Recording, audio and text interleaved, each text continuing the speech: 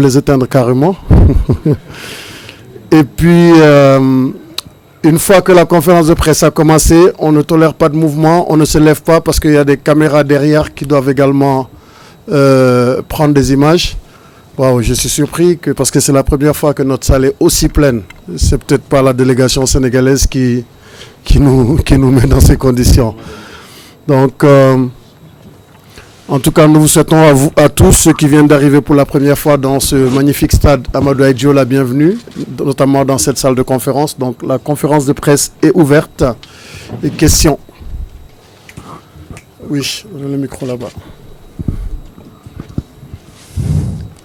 Bonjour, Bill Guiza, journaliste BeIN Sport. La question c'est pour le coach à propos de Sadio Mané, le capitaine. Est-il prêt pour jouer à 100% pour jouer le match de demain?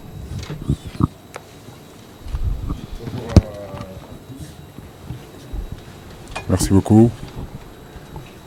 Sadio va bien. Je crois qu'il a repris les entraînements hier. Nous suivons progressivement son évolution. Donc aujourd'hui, il va s'entraîner. C'est vrai que le choc a été sérieux entre les deux joueurs. C'est un sportif de haut niveau qui connaît très bien son corps. Maintenant, on va voir la séance de cet après-midi pour voir comment ça va se passer. En tout cas, hier, la séance qu'il a fait, ça s'est plutôt bien passé, c'est rassurant. Et nous espérons le récupérer en tout cas pour le match. Question? Oui, là devant. Titi, dans le micro, deuxième rangée. Coach, bonsoir. Chance pour la suite. Sornofal de la Sen TV et Zik FM. Bouna, à ce stade de la compétition, il n'y a plus de petits poussés. Est-ce que le moral est au beau fixe? Est-ce qu'il y a une grande détermination au sein du groupe du Sénégal? Merci. Bonjour à tous. Je pense que depuis le début de la compétition, du moins on la prépare comme s'il n'y avait pas de petits poussés. C'est vrai qu'on arrive dans les phases à élimination directe. C'est totalement différent de la phase de poule. On sait qu'on n'a pas le droit à l'erreur. Donc nous, on prépare nos matchs comme les autres, comme on l'a fait jusqu'à présent. Tous les matchs ont été importants à nos yeux, mais c'est vrai qu'ils le sont davantage maintenant. Donc on va le préparer au mieux comme on l'a fait pour tous les précédents matchs. Et on fera en sorte d'être prêt, en tout cas on le sera. Question? Allez, ici devant. Bonjour Aliou Cissé, Abdelaziz Wade, Espoir Inter. Une équipe de la Guinée équatoriale qui a pratiquement réussi son tournoi. Comment le Sénégal, en tant que favori, abordera ce match? Nous aborderons ce match-là, comme Bouna l'a dit tout à l'heure, avec comme on a toujours abordé nos matchs, avec de l'humilité, avec de la confiance et avec des ambitions. Donc de l'humilité parce que nous savons qu'il n'y a plus de petites équipes. Avec de l'humilité parce qu'on sait que cette CAN-là nous a montré tant de surprises. De la confiance parce que les joueurs savent ce qu'ils veulent pour eux. Et ils savent ce qu'ils veulent pour le peuple, pour le pays, pour le Sénégal. Et qu'on a envie d'aller au bout de cette compétition-là. De la confiance parce que ça fait un bon bout de temps que nous cheminons ensemble aujourd'hui. Le plaisir de retrouver l'ensemble de ces jours-là pour pouvoir justement aborder ces matchs très déterminants qui sont gagnés et continuer l'aventure et perdre de rentrer à la maison. Donc si la Guinée est là, c'est parce qu'elle a eu des arguments à faire valoir. Elle a un parcours assez difficile, mais réussi. Ne pas oublier que c'est cette même équipe guinéenne qui a mis un fin d'imbécibilité de l'équipe de l'Algérie. C'est cette équipe guinéenne équatorienne qui a poussé à bout l'équipe de la Côte d'Ivoire qui a eu un match très difficile. C'est la même équipe aussi qui a éliminé un des outsiders aujourd'hui de cette compétition qui est le Mali. Donc si cette équipe est là, on ne peut plus parler de petites poussées. De notre côté, on les connaît. Ils faisaient partie de notre pool en 2016 pour les éliminatoires de la CAN 2019. Et je peux dire que c'est un groupe qui a un vécu aussi comme nous. Ça fait 5-6 ans qu'ils sont là. Des joueurs comme Coco, des joueurs comme Machin, des joueurs comme Gunné, des joueurs comme Salvador, comme Miranda. Tous ces garçons-là étaient là depuis qu'on les avait rencontrés en réalité en 2016. Donc c'est une équipe qu'on respecte et on connaît vraiment sa valeur. Question. Waouh. Bon, allez, on va aller derrière Titi. Là-bas, derrière, en t-shirt jaune. Et ensuite, on reviendra devant.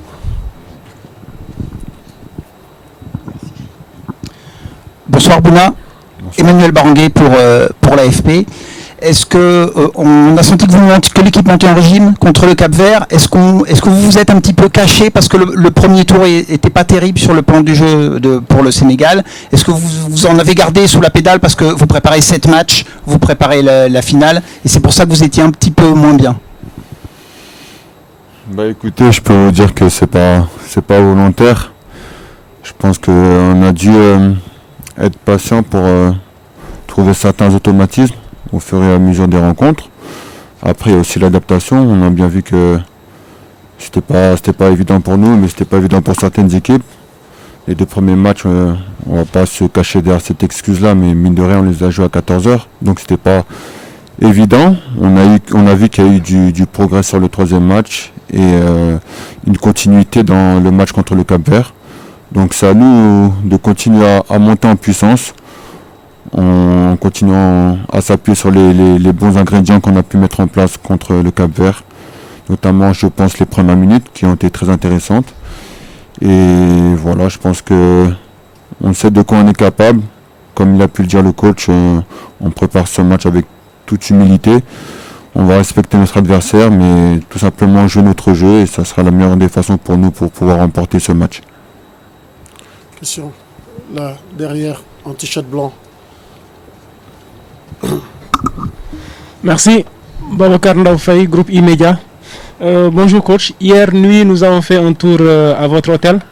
Cela change un peu du cadre du Tajidor, mais on voulait savoir un peu pour une équipe Sénégal, est-ce qu'il est adapté aux conditions que vous espériez? Parce qu'on a trouvé quelques difficultés, notamment à 1h du matin, un des joueurs qui était descendu pour se plaindre des soucis de climatisation, des moustiques et puis les 2 boîtes de nuit tout autour.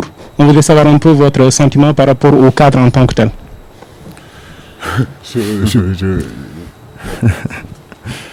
Je dormais moi, donc je ne pouvais pas savoir ce qui s'est passé.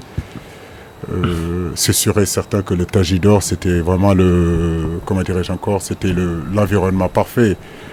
On était bien installé à Bafoussam. C'est l'occasion pour moi vraiment de remercier tous les gens qui nous ont accompagnés tout le long de ce premier tour-là.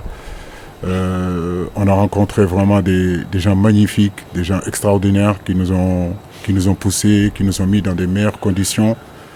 En venant à Yaoundé, on savait aussi qu'on n'allait pas avoir les mêmes conditions que Bafoussam, ne serait-ce déjà de pouvoir être dehors, de pouvoir être à l'extérieur quand vous êtes ensemble depuis 1 mois. Avant-hier, ça fait quand même 1 mois que cette équipe est ensemble, 27 décembre 2021 jusqu'au 27 décembre 2022, c'est long. Donc l'environnement où on était à Bafoussam, c'était vraiment parfait. En venant ici, on savait aussi que les conditions pouvaient être autres, les conditions pouvaient être difficiles. Mais je crois que ce qui est important, c'est surtout de pouvoir se concentrer sur le match de demain, ne pas chercher des problèmes à côté, mais surtout être focus sur l'essentiel. Maintenant, ceux qui n'ont pas dormi hier, j'espère que ce soir ils dormiront très bien. Mais non, j'ai pas envie de me focaliser sur ça. Aujourd'hui, nous sommes là pour un match de football et nous l'avons préparé comme il se doit et c'est sur le terrain que ça se passera. Là-bas, debout derrière. Bonjour coach, Marc Chouamou, Canada International. Vous avez bien fait de parler de la Guinée équatoriale qui a beaucoup changé depuis 2016. En témoignent ses derniers résultats avant cette CAN, bien sûr. Alors, comment est-ce qu'on affronte une équipe comme la Guinée équatoriale qui n'a plus rien à perdre, qui donne tout et la façon de jouer de cette équipe équato-guinéenne. Elle possède le ballon, elle ne lâche aucun duel. Comment est-ce qu'on prépare son équipe à jouer face à une formation qui n'a plus rien à perdre et qui, en plus de ça, joue franchement le jeu et ne joue pas la défense? Merci. C'est une équipe très difficile à manœuvrer, c'est vrai. Aujourd'hui, elle est en confiance du fait que les résultats, c'est ce que je disais tout à l'heure, ils ont fait un parcours difficile, mais quand même ils ont réussi. Ils sont en train de réussir leur CAN. Nous, de notre côté, nous sommes en train de monter aussi en puissance. Donc, je pense qu'on a quand même des arguments à faire valoir face à cette Guinée équatoriale. Maintenant, comme je vous l'ai dit, les choses se passeront sur le terrain. Nous préparons ce match-là avec beaucoup d'humilité. Nous savons que ça ne sera pas un match facile.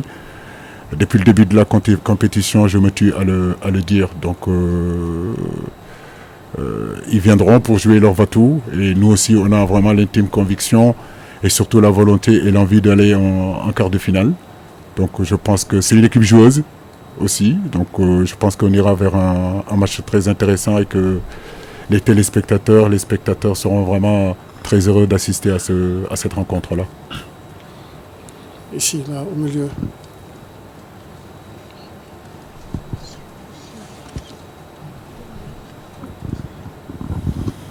Bonjour coach, Bakary Cissé, Journal Record Sénégal. Coach, contre le Cap-Vert, vous avez lancé dans le bain un trident composé de Idrissa Gana Gueye, Nampalys Mendy et Papa Gueye. Aujourd'hui que Cheikhou Kouyaté a fait deux belles sorties, on sait que vous avez l'embarras du choix, certes. Et est-ce qu'on peut changer une équipe qui gagne? Surtout, je le répète, je vous l'ai dit la dernière fois, on a été bien séduit par le comportement de Papa Gueye. Merci. Merci Bakary. Le scénario du match, en tout cas, on préparera le meilleur scénario pour ce match-là. Aujourd'hui, nous sommes satisfaits d'avoir vraiment l'ensemble du groupe au complet, surtout tous nos joueurs du milieu qui seront là. Comme je le disais tout à l'heure, nous travaillerons pour essayer de mettre le meilleur scénario, mais je ne vous le dirai pas ici.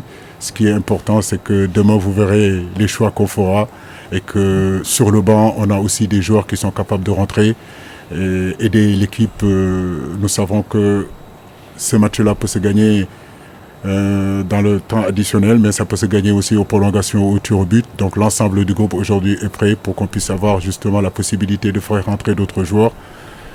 Le groupe vit bien, la concurrence elle est saine, donc le scénario vous le verrez demain soir. Question pour le joueur, Bounassar. Oui, en rouge là-bas derrière.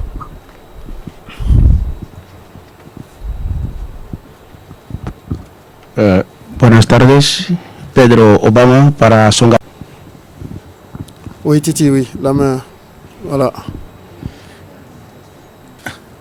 Yeah, for Bouna, hopefully in English, if not French. Bouna, how worried are you about how physical the Equatorial Guinea team are? They seem to be very physical. They seem to be able to tackle hard and won't let anything go. So, is that a concern for your team? Il prend le casque de traduction. Just give him a quick minute, Nick, before you ask your question. C'est bon? C'est en mode français? Go ahead, Nick. Sorry, yeah, it's Nick Cavell, BBC World Service. Nick, just hold on a second. Could you... No, you can ask your question in English. Are you worried about the physicality of the Equatorial Guinea side? They seem very physical. They seem to be wanting to put in lots of very hard tackles and are difficult to play against. Is that a concern?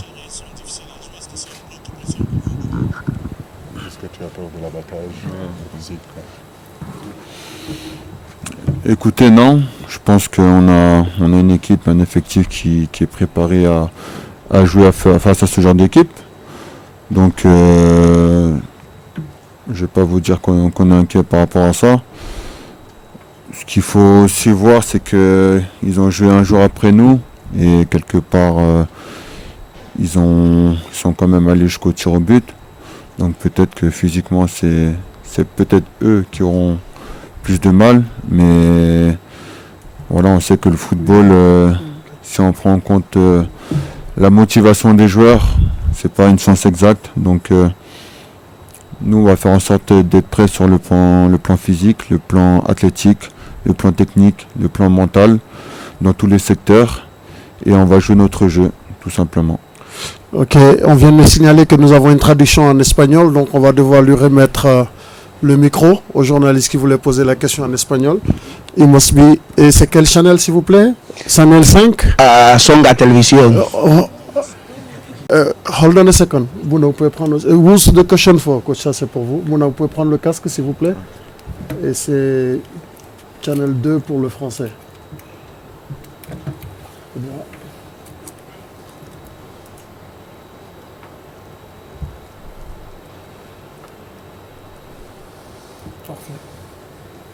Allez-y, go ahead, sir.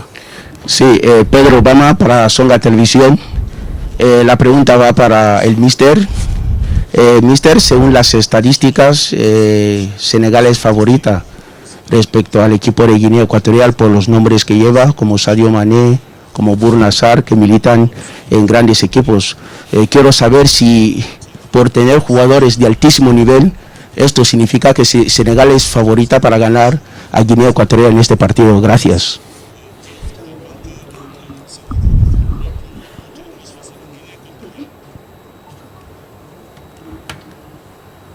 Je crois que le statut de favori aujourd'hui en quart de finale,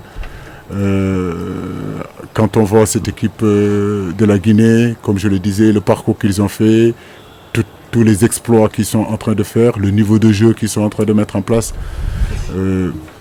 ce statut de favori, c'est les journalistes qui nous le collent. Mais en réalité, nous savons aussi que ça va être un match disputé, ça sera un match très compliqué. La Guinée aujourd'hui a des certitudes, a énormément de confiance, on le sent dans leur communication, on le sent dans leur façon de jouer. Quart de finale de la CAN, quand vous êtes en quart de finale de la CAN, c'est que vous avez fait de très très très grandes choses, vous avez bataillé dur pour arriver là où vous êtes. Ils ont eu leur chemin, on a eu notre chemin. Je crois qu'aujourd'hui, comme je l'ai dit, si on est favori, c'est sur le terrain qu'on le saura. Ça ne sera pas sur le papier, ça ne sera pas en conférence de presse. C'est bien beau de parler, c'est bien beau de dire qu'on est favori, c'est bien beau de dire qu'on a Sadio Mané, que sur le papier on a l'équipe qu'il faut. Mais en réalité, c'est seule la vérité du terrain compte. Et la vérité du terrain, c'est demain à 20h. Ok. On va aller au fond là-bas derrière. Tout le poste auquel il a démarré, avec lequel il a démarré. Je me souviens que pendant notre formation au FCMS, dès son arrivée, on m'avait dit qu'il y avait un crack qui nous rejoignait au centre de formation. C'est vrai que dès le début, on a vu son énorme potentiel. Maintenant, on sait très bien que dans une carrière, tout peut se passer. Mais aujourd'hui, tout ce qui lui arrive, c'est pas étonnant, vu les qualités qu'il avait déjà plus jeune. Et donc, pour répondre à votre question, je suis pas du tout étonné du joueur qu'il est devenu aujourd'hui. Et c'est pas fini parce que c'est un très grand professionnel qui cherche à être en constante progression. Et c'est un leader technique, donc c'est vraiment un joueur qui va continuer à être bon, à se bonifier avec les années, que ce soit avec son club Liverpool et avec l'équipe nationale. Ok. Au milieu là-bas, en chemise verte. Ensuite on vient devant et ensuite on prend un dernier row devant, derrière et au milieu. Allez-y. Bonjour coach, je m'appelle Ed Dove de ESPN d'Angleterre. Vous avez dit avant que Sadio Mané c'est un sportif de haut niveau qui savait bien son corps. Mais en fait, c'est pas toujours le cas que quand les joueurs ils ont mal à la tête, ils savent bien si c'est le moment pour quitter le terrain ou pas. Est-ce que c'était la bonne décision de lui faire continuer de jouer contre le Cap-Vert après qu'il avait le choc de tête Vous l'avez sorti 10 minutes après, 15 minutes après. Mais est-ce que c'était une bonne idée qu'il a continué de jouer là tout de suite après le choc? Merci beaucoup. Écoutez, quand le choc a eu lieu, vous avez bien vu qu'il a continué à jouer. Nos médecins sont rentrés sur le terrain, ils ont diagnostiqué. L'arbitre était là aussi, donc pour nous, il n'y avait pas d'alerte vraiment, même si nos médecins avaient l'œil sur lui. Comme vous le voyez, il était quand même conscient. La preuve, il a marqué le premier but, et puis en sortant aussi, on sentait qu'il avait l'esprit sur lui. Donc si vous voulez, sur le banc pour nous, il n'y avait pas d'alerte en réalité qui pouvait nous pousser à changer Sadio dans ce match-là. Mais je peux vous rassurer que la santé de Sadio Mané et la santé de tous les joueurs que j'ai à ma disponibilité aujourd'hui est très très très très important. On n'a jamais joué avec la santé de nos joueurs. Nos médecins sont professionnels. Moi-même qui vous parle, je pense qu'on est professionnel aussi, donc le résultat est bien, mais la santé de nos joueurs ne passera pas au-dessus du résultat. Ouais. Ici devant. L'Union est de la TFM. Coach, après avoir joué 4 matchs à Bafoussam avec une altitude de 1500 mètres, maintenant vous allez jouer les quarts de finale ici à Yaoundé, dans une terre un peu moins basse. Quelles conséquences cela peut-il avoir sur les joueurs? Merci. C'était notre plan, c'est ce qu'on avait planifié. Dommage que dans la préparation, on voulait aller en altitude à Kigali. Ce ne fut pas le cas, mais effectivement, ça fait plus de 20 jours que nous travaillons en altitude. Et vous connaissez l'effet d'altitude quand vous venez au niveau de la mer. Physiquement, nous nous sentons de mieux en mieux. Et nous espérons en tout cas, sur les 3 matchs qui nous restent, que tout ce travail que nous avons fait en altitude fera, à un moment donné, payera. Et physiquement, je sens mon équipe monter en puissance. Donc ça, c'est très intéressant. Là-bas, les dames. Est-ce qu'on peut le voir dans le groupe de performance demain? Bonjour, nous l'espérons.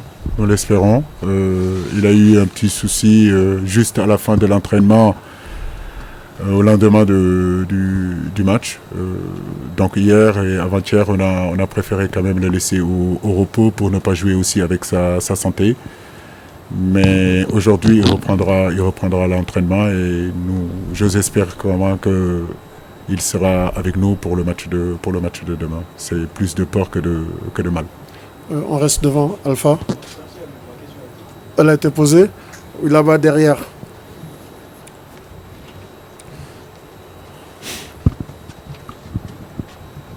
Allez-y. Merci Goloko, c'est Youssouf Bodjan de RFM Dakar. Ma question s'adresse à Bouna. Bouna, quels sont les bons points selon vous dans ce match? Vous l'avez dit, vous êtes monté en puissance lors du match contre le Cap-Vert.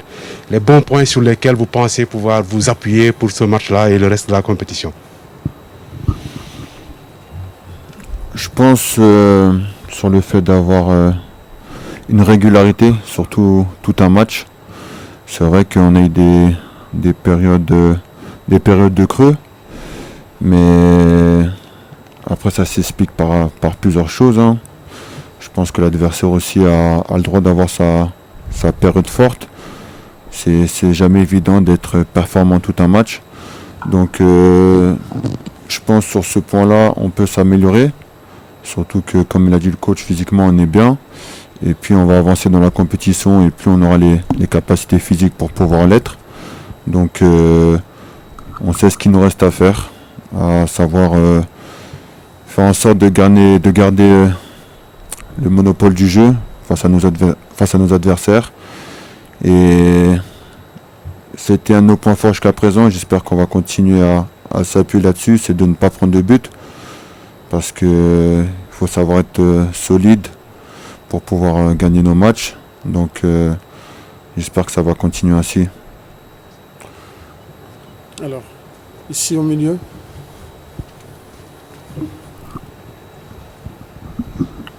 Bonjour coach. Bonjour. Allez-y. Okay. Papa Mendiaye d'ici footsénégal.com. Coach, au début de la compétition, vous avez fait jouer Bouna Sarr au poste de milieu excentré 3 Après, vous avez fait jouer Boulaïdia à l'absence d'Ismaël Sarr. Est-ce que Ismaël Sarr est prêt pour reprendre sa place dès demain? Oui, Ismaël va bien. Nous sommes en étroite collaboration avec le staff de Watford. Sur le plan mental, il va très bien. Il travaille dur pour revenir à son meilleur niveau. Aujourd'hui, pendant 2-3 jours, il a bien travaillé à Bafoussam. Hier aussi, il a fait un entraînement très intéressant. Sur le plan physique aussi, quand il est parti en Espagne, il a beaucoup travaillé. Nous sommes très contents aujourd'hui de l'avoir avec nous.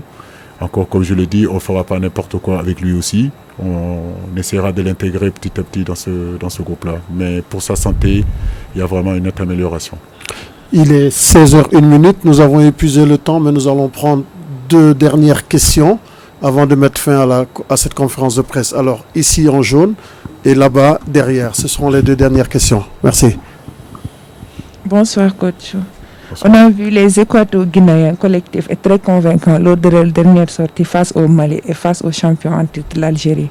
Et on a vu une équipe sénégalaise, une équipe équato-guinéenne difficile à manœuvrer. Est-ce qu'il faut éviter de trop surestimer notre équipe alors que sur le plan collectif, il reste beaucoup de choses à parfaire? Bon, nous, on ne se prend pas pour ce que nous ne sommes pas. Nous savons encore une fois de suite qu'un match de football, l'équilibre est très fragile. Cette équipe guinéenne équatorienne, nous la respectons, je le dis, tout au long de cette conférence de presse. Nous la connaissons. On a un passé contre cette équipe-là. Maintenant, le contexte est différent. C'est les quarts de finale face à 2 très très bonnes équipes, le Sénégal et la Guinée équatoriale. Et comme je vous le dis, nous perdrons nos matchs parce que l'adversaire sera meilleur que nous. Ou bien nous perdrons nos matchs parce que nous n'avons pas mis les ingrédients nécessaires dans ce match-là. Mais croyez-moi, nous ne perdrons pas de match parce que nous manquons d'humilité ou nous sous-estimons l'adversaire.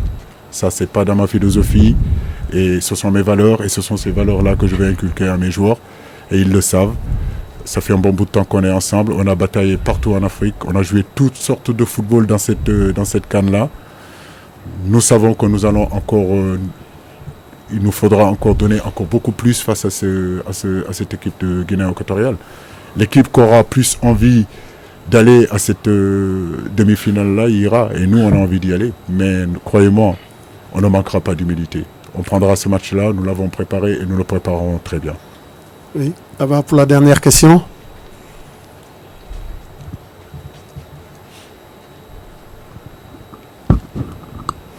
Voilà, coach, bonsoir. C'est Ignace Ndeye, Sud FM et Sud Quotidien.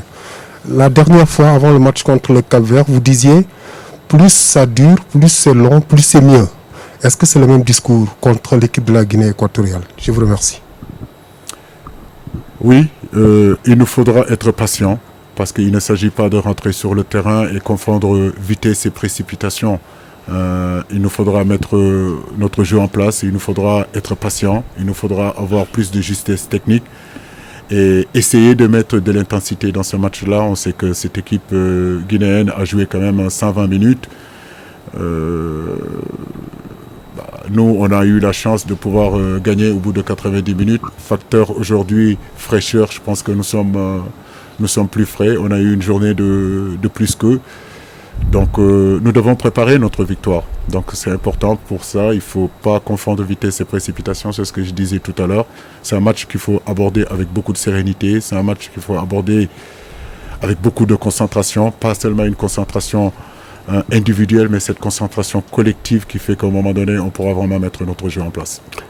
Merci coach Aliou Cissé, merci Bouna Sarr, merci à vous chers confrères et tout à l'heure les conférences de presse de la sélection de Guinée équatoriale et celle de l'Égypte.